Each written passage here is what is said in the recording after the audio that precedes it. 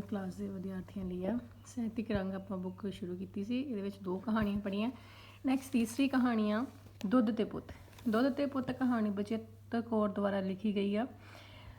ਬਚਿੱਤ ਕੌਰ ਨੇ ਇਸ ਕਹਾਣੀ ਦੇ ਵਿੱਚ ਲੇਖਕ ਬਜ਼ੁਰਗ ਮਾਪਿਆਂ ਦੀ ਦੁਖਾਂਤਕ ਸਥਿਤੀ ਨੂੰ ਅਤਿ ਭਾਵੁਕ ਪੱਧਰ ਤੱਕ ਜਿਹੜਾ ਉਹਨੇ ਪੇਸ਼ ਕੀਤਾ ਹੈ। ਮਾਪਿਆਂ ਦੀ ਬੇਕਦਰੀ ਕਹਾਣੀ ਦਾ ਮੁੱਖ ਵਿਸ਼ਾ ਹੈ। ਕਹਾਣੀ ਦਾ ਮੁੱਖ ਪਾਤਰ ਬਾਬਾ ਬਾਰੂ ਜਿਹੜਾ ਆਪਣੇ ਬੱਚਿਆਂ ਲਈ ਬੋਝ ਬਣ ਗਿਆ।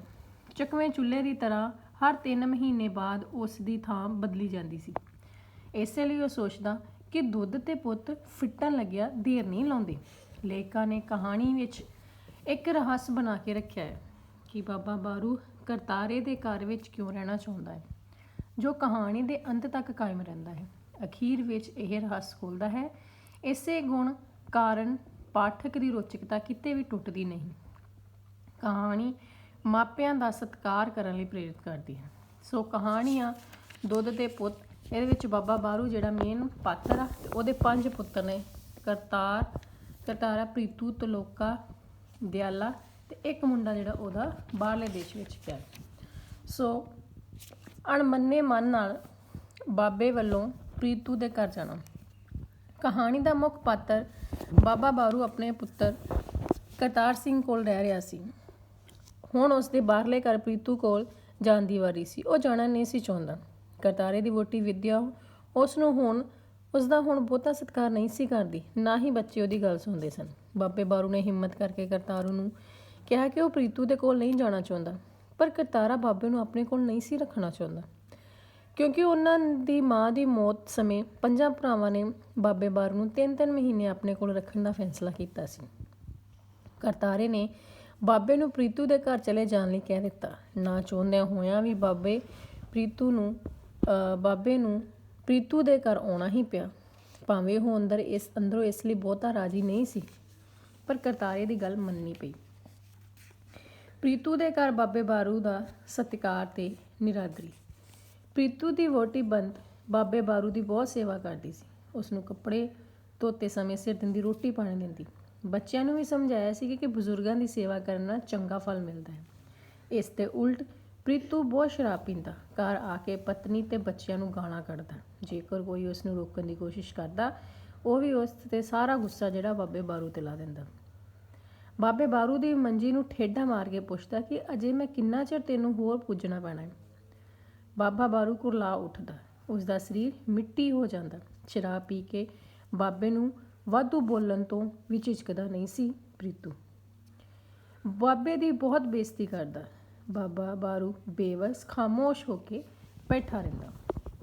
ਬਾਬੇ ਦੀ ਇੱਛਾ ਕਰਤਾਰੇ ਕੋਲ ਰਹਿਣ ਦੀ। ਬਾਬਾ ਬਾਰੂ ਕਈ ਵਾਰ ਬੈਠਾ ਆਪਣੇ 5 ਪੁੱਤਰਾਂ ਤੇ ਉਹਨਾਂ ਦੇ ਬੱਚਿਆਂ ਨੂੰ ਪਰਖਦਾ। ਉਸ ਦਾ ਮਨ ਕਹਿੰਦਾ ਕਿ ਉਹ ਕਰਤਾਰੇ ਕੋਲ ਹੀ ਰਹਿਣਾ ਚਾਹੁੰਦਾ ਹੈ, ਪਰ ਕਰਤਾਰਾ ਇਸ ਲਈ ਰਾਜ਼ੀ ਨਹੀਂ ਹੁੰਦਾ। ਤਲੋਕੇ ਵੱਲੋਂ ਬਾਬੇ ਦੀ ਸੇਵਾ ਪਿੱਛੇ ਸਵਾਰਥ। ਹੁਣ ਬਾਬੇ ਦੀ ਤਲੋਕੇ ਦੇ ਘਰ ਜਾਣ ਦੀ ਵਾਰੀ ਆ ਗਈ। ਤਲੋਕਾ ਤੇ ਉਸ ਦੀ ਵਹੁਟੀ ਬਾਬੇ ਦਾ ਹੱਦੋਂ ਵੱਧ ਖਿਆਲ ਰੱਖਦੇ। ਬਾਬੇ ਨੂੰ ਸਭ ਤੋਂ ਪਹਿਲਾਂ ਰੋਟੀ ਤੇ ਰੋਜ਼ ਧੋਤੇ ਕੱਪੜੇ ਮਿਲਦੇ, ਪਰ ਬਾਬੇ ਨੂੰ ਖੁਸ਼ੀ ਨਾ ਹੁੰਦੀ, ਕਿਉਂਕਿ ਉਸ ਨੂੰ ਇਹ ਸੇਵਾ ਦਿਖਾਵਾ ਲੱਗਦੀ। ਤਲੋਕੇ ਦੀ ਵਹੁਟੀ ਬਾਬੇ ਦੀ ਸੇਵਾ ਆਪਣੇ ਪਤੀ ਦੇ ਡਰ ਤੋਂ ਕਰਦੀ। ਉਂਝੋਂ ਹੁੰਦੀ ਜਾਂਦੀ ਬਾਬੇ ਬਾਰੂ ਨੂੰ ਕੋਈ ਨਾ ਕੋਈ ਅਜਿਹੀ ਗੱਲ ਕਹਿ ਕੇ ਉਸ ਦਾ ਮਨ ਸਾੜ ਹੀ ਰੱਖਦੀ। ਬਾਬੇ ਨੂੰ ਕਹਿੰਦੀ ਉਸ ਨੇ ਆਪਣੇ ਪੁੱਤਰਾਂ ਲਈ ਕੁਝ ਨਹੀਂ ਕੀਤਾ। ਤਲੋਕੇ ਕੋਲ ਪਿੰਡ ਵਿੱਚ ਸਭ ਤੋਂ ਘੱਟ ਜ਼ਮੀਨ ਹੈ, ਫਿਰ ਵੀ ਬਾਬੇ ਦੀ ਸੇਵਾ ਇਸ ਤਰ੍ਹਾਂ ਕਰੇ।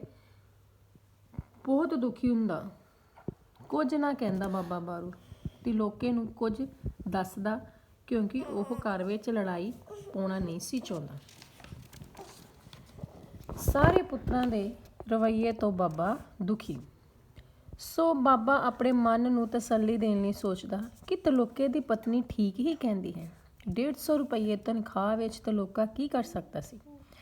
ਬਾਬਾ ਆਪਣੀ ਅੱਧੀ ਜ਼ਮੀਨ ਤਲੋਕੇ ਦੇ ਨਾਂ ਲਾਉਣ ਬਾਰੇ ਸੋਚਦਾ, ਕਿਉਂਕਿ ਉਸ ਦੇ ਬਾਕੀ ਪੁੱਤਰ ਚੰਗਾ ਕਮਾਉਂਦੇ ਸਨ। ਕੇਵਲ ਤਲੋਕਾ ਹੀ ਗਰੀਬ ਸੀ।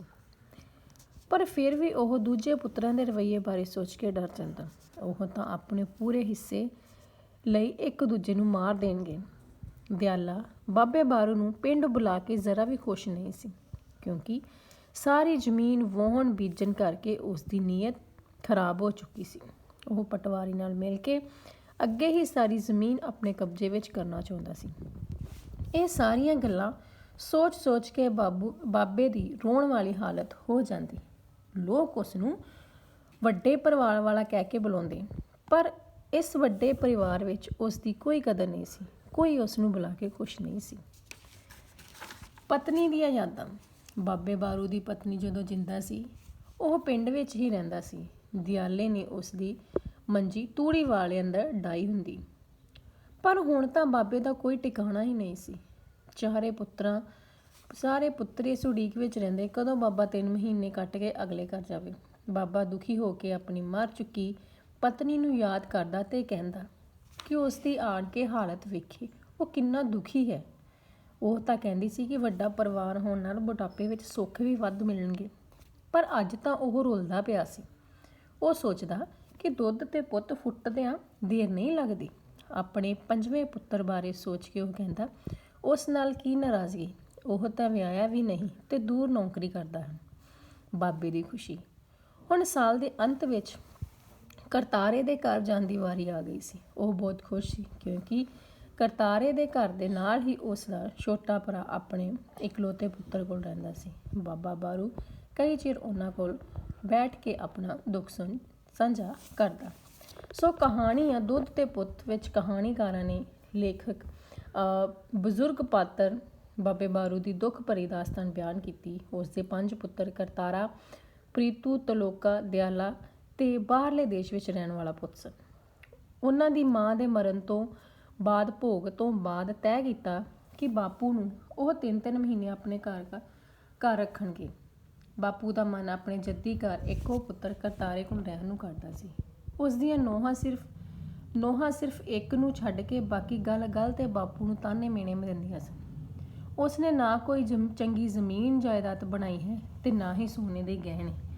ਉਹਨਾਂ ਨੂੰ ਵਿਰਾਸਤ ਵਿੱਚ ਕੀ ਦਿੱਤਾ। ਦੂਜੇ ਪਾਸੇ ਬਾਬੇ ਬਾਰੂ ਦਾ ਭਰਾ ਦਾ ਇੱਕੋ ਇੱਕ ਪੁੱਤਰ ਹੈ ਜੋ ਆਪਣੇ ਮਾਪਿਆਂ ਦਾ ਆਗਿਆਕਾਰ ਪੁੱਤਰ ਹੈ। ਬਾਬਾ ਬਾਰੂ ਆਪਣੀ 80 ਸਾਲ ਦੀ ਉਮਰ ਵਿੱਚ ਦੇਖ ਕੇ ਕੋਸਦਾ ਹੈ ਕਿ ਸਮਾਂ ਕਿੰਨਾ ਬਦਲ ਗਿਆ ਹੈ। ਘਰਵਾਲੀ ਦੇ ਮਰਨ ਤੋਂ ਬਾਅਦ ਉਸ ਦੀ ਕਿੰਨੀ ਬੇਕਦਰੀ ਹੋ ਰਹੀ ਹੈ, ਜੋ ਆਪਣੇ ਪੁੱਤਰਾਂ ਤੇ ਬਹੁਤ ਮਾਣ ਕਰਦੀ ਸੀ। ਕਹਾਣੀਕਾਰਾ ਬਚਿੱਤ ਕੌਰ ਨੇ ਕਹਾਣੀ ਰਾਹੀਂ ਇੱਕ ਸੰਦੇਸ਼ ਦੇ ਰਹੀ ਹੈ ਕਿ ਵੱਡੇ ਪਰਿਵਾਰ ਦੇ ਮਾਂ-ਬਾਪ ਆਪਣੇ ਬੱਚਿਆਂ ਨੂੰ ਕਦੇ ਬੋਝ ਨਹੀਂ ਸਮਝਦੇ, ਪਰ ਬੱਚੇ ਆਪਣੇ ਪਿਤਾ ਨੂੰ ਰੋਟੀ ਦੇਣ ਲਈ ਥਾਂ ਭੇਜ ਦੇਣ ਲਈ ਮਜਬੂਰ ਕਰਦੇ ਨੇ। ਇਸ ਲਈ ਬਾਬਾ ਬਾਰੂ ਸੋਚਦਾ ਹੈ, ਦੁੱਧ ਤੇ ਪੁੱਤ ਫੁੱਟਦਿਆਂ ਦੇਰ ਨਹੀਂ ਲੱਗਦੇ। ਲੇਖਿਕਾ ਅਜਿਹੇ ਸਮਾਜ ਉੱਤੇ ਤਿੱਖਾ ਵਿਅੰਗ ਕਰਦੀ ਹੈ ਕਿ ਇੱਥੇ ਪੈਸਾ ਭਾਰੂ ਹੋਣ ਕਰਕੇ ਨੈਤਿਕ ਕਦਰਾਂ ਕੀਮਤਾਂ ਨੂੰ ਢਾਹ ਲੱਗਦੀ ਹੈ। ਮਾਪਿਆਂ ਦੀ ਬੇਕਦਰੀ ਕਹਾਣੀ ਦਾ ਮੁੱਖ ਵਿਸ਼ਾ ਹੈ। ਸੋ ਇਸ ਦੇ ਨਾਲ ਹੀ ਇਹ ਚੈਪਟਰ ਜਿਹੜਾ ਵਾ ਉਹ ਕੰਪਲੀਟ ਹੈ। ਇਹਦੇ ਨਾਲ ਰਿਲੇਟਡ ਕੁਐਸਚਨਸ ਜਿਹੜੇ ਨੇ ਵਰਕਸ਼ੀਟ ਜਿਹੜੀ ਉਹ ਤੁਸੀਂ ਆਪਣੀ ਨੋਟਬੁੱਕਸ ਦੇ ਉੱਪਰ ਕਰਨੀ ਹੈ।